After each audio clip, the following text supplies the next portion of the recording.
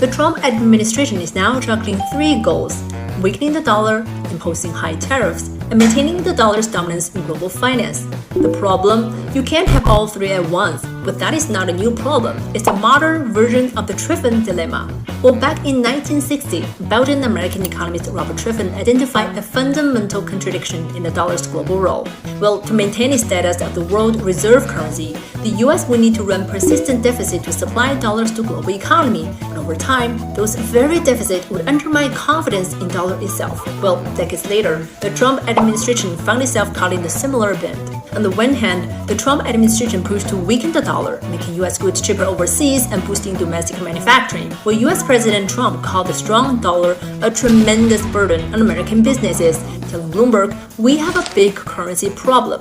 He even went after Fed on social media, demanding lower interest rates. Well, earlier, I spoke with economists about the dollar evaluation. They said the current devaluation is not enough to reverse the trade deficit, and fixing the trade structure takes more than just a weaker dollar. Well, earlier, the Deutsche Bank report proposed a seemingly simple fix for US trade deficit, a 40% dollar depreciation. Did that sound even possible? And then came tariffs. Those trade wars trigger global uncertainty. Investors rush to safety of dollar, pushing it up, not down in the short term. The dollar index hit a 2-year high of above 109 at the beginning of 2025.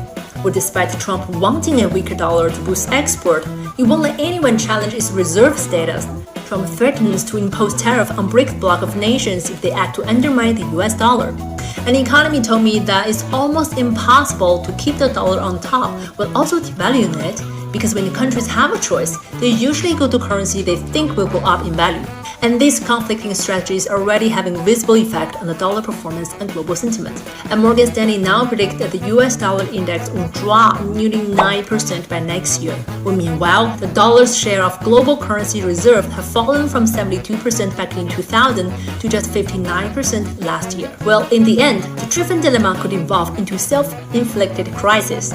The dollar would grow weaker, as would its global standing. Tariff policies may not necessarily revive manufacturing industry, but they would accelerate the decline of the very system that once fueled American prosperity. So as the dollar's share of reserve shrinks and alternatives like euro and other currencies gain traction, the world would begin moving on, with or without the US.